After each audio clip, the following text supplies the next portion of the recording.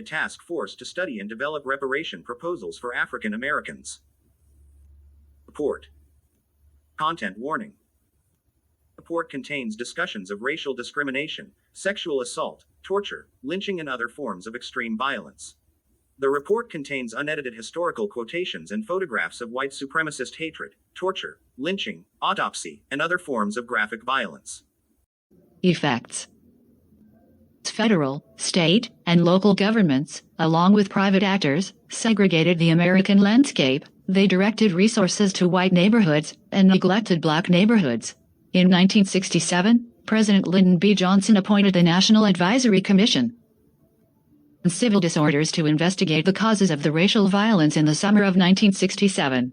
562 The report concluded that segregation and poverty have created in the racial ghetto a destructive environment totally unknown to most white Americans. 563 The subsequent chapters and infrastructure, education, health, labor, and wealth will discuss these persisting effects of slavery in detail.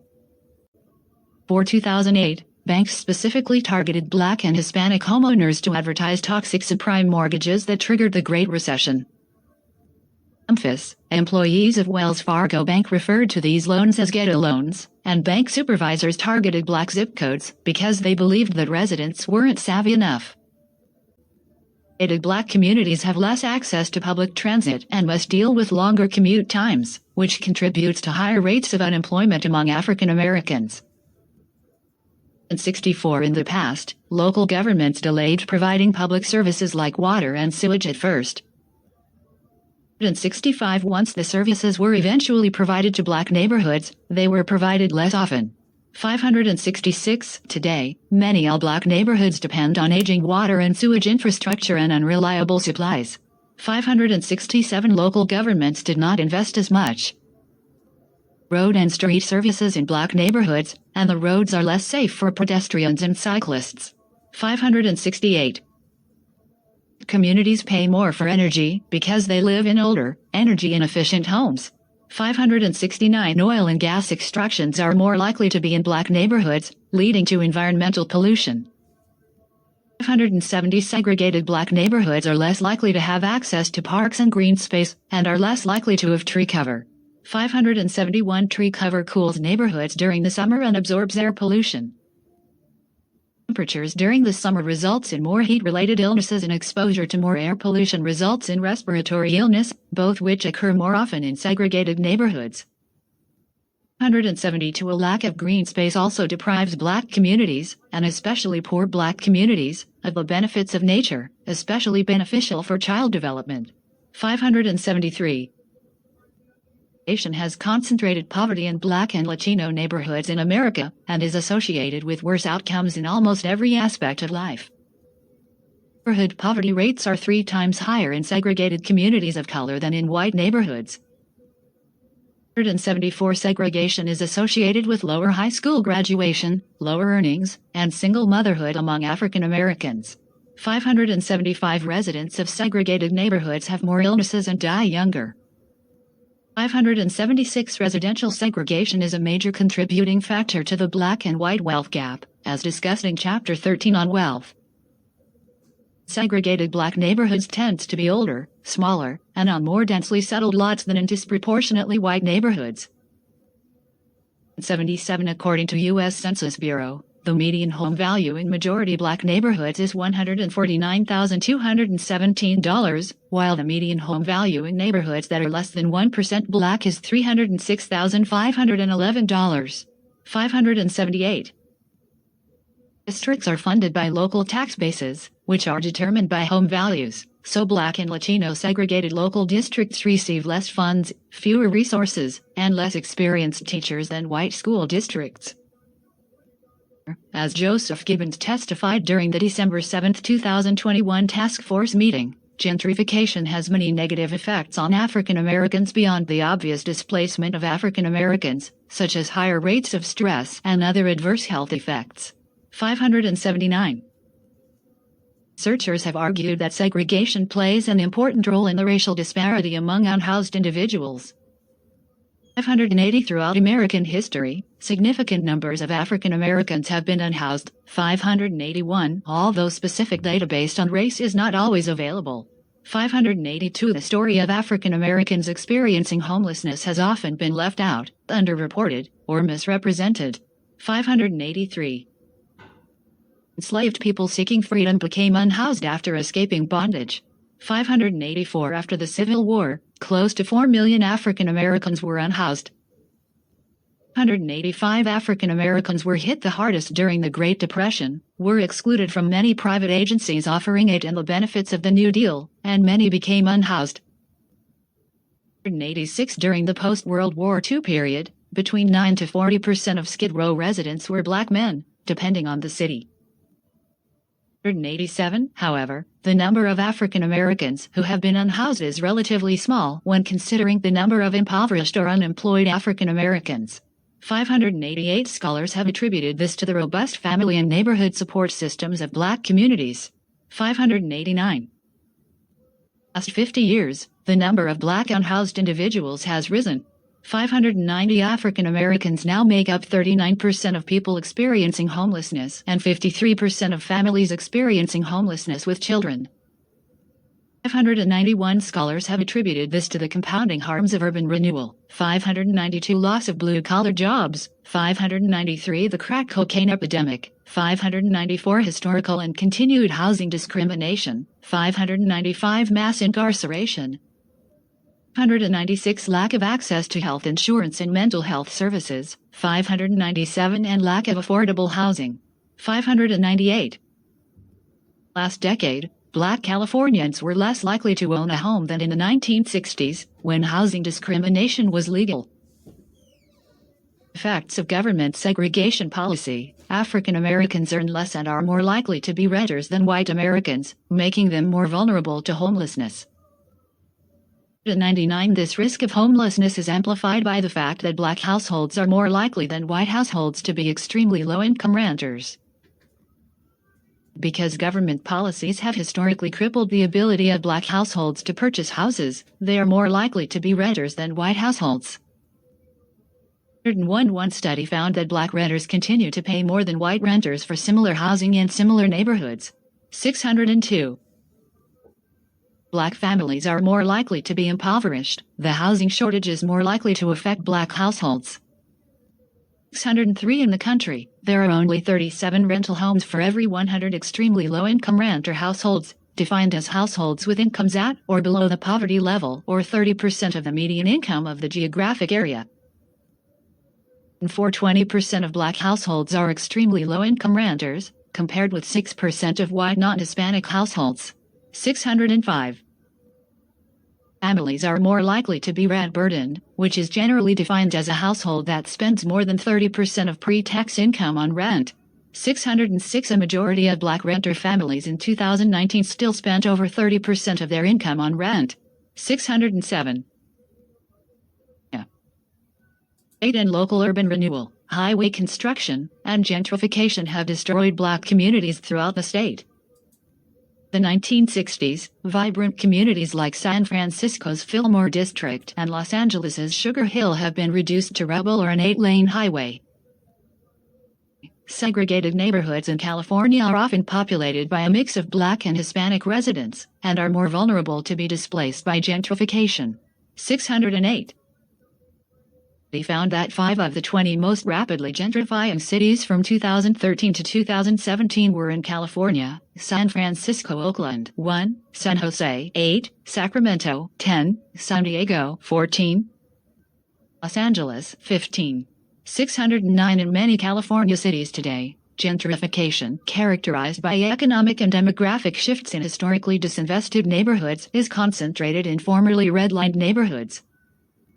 610 Close to 90% of currently gentrifying areas in San Francisco were formerly redlined or rated definitely declining by the Homeowners Loan Corporation, as 83% of gentrifying areas in the East Bay and 87% of gentrifying areas in San Jose.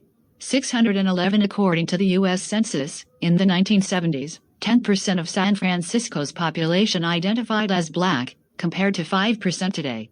612. Owens testified during the December 7, 2021 task force meeting that census data shows that African Americans have been displaced from California for decades.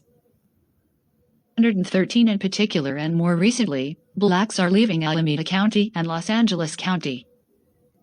614 in addition to the residents who leave the state altogether. Many are moving inland, and many black Californians are moving away from the more costly coastal cities in search of affordable housing. 15, for example, located just south of Sacramento, Elk Grove has seen a 5,100% increase in black residents since 1990. 616 similarly, as the population of black residents plunged 35% in Compton, 43% in San Francisco, and 40% in Oakland, the San Joaquin-Sacramento Delta, Southern California's Inland Empire, and the Central Valley have all seen increases in their black population. 617 overall, the black population in California is projected to increase almost 40% between 1999 and 2040, which is slower than the projected total population increase for the state of 72%. 618. About the gentrification of her historically black neighborhood of Inglewood in Los Angeles, Erin Auber Kaplan says, black presence has value, in every sense of the word, and on its own terms. Value should make the casual displacement of black people untenable, even immoral. 619. California has more individuals experiencing homelessness than any other state in the country. 620. Nearly a quarter of all unhoused Americans live in California. 621.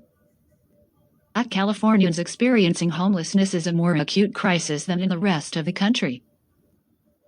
People account for 5% of Californians, but nearly 40% of the state's unhoused individuals.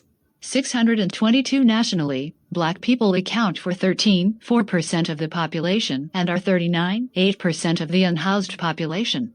623. 191. To experiencing homelessness, as with the rest of the country, black Californians are more likely to be renters than white Californians. 624. By 2019, black Californians' homeownership rate was less than in the 1960s, when certain forms of housing discrimination was legal. 625. The black homeownership rate in California has dropped almost 10% since 2004 and has not recovered. 626. 68% of white Californians own a home, compared with 41% of black Californians.